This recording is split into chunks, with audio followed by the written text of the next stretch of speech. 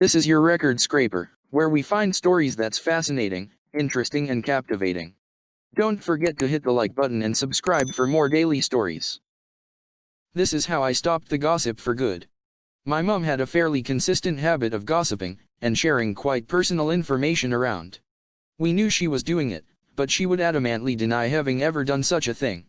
I wish I could remember what she did that finally made me snap. It can't even have been that important, it was just the millionth time, and for once I wanted her to admit what she'd done and know that we knew too. So we set up the sting.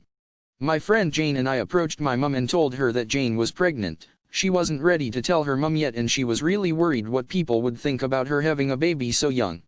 She didn't want anyone to know yet, so it had to be top secret.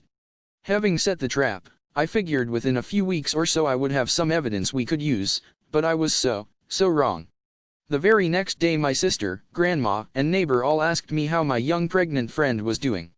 When I was asked by a lady who worked at the supermarket, that same day, I figured this had gone far enough and went home to confront my mom, only to have my dad ask how Jane was doing.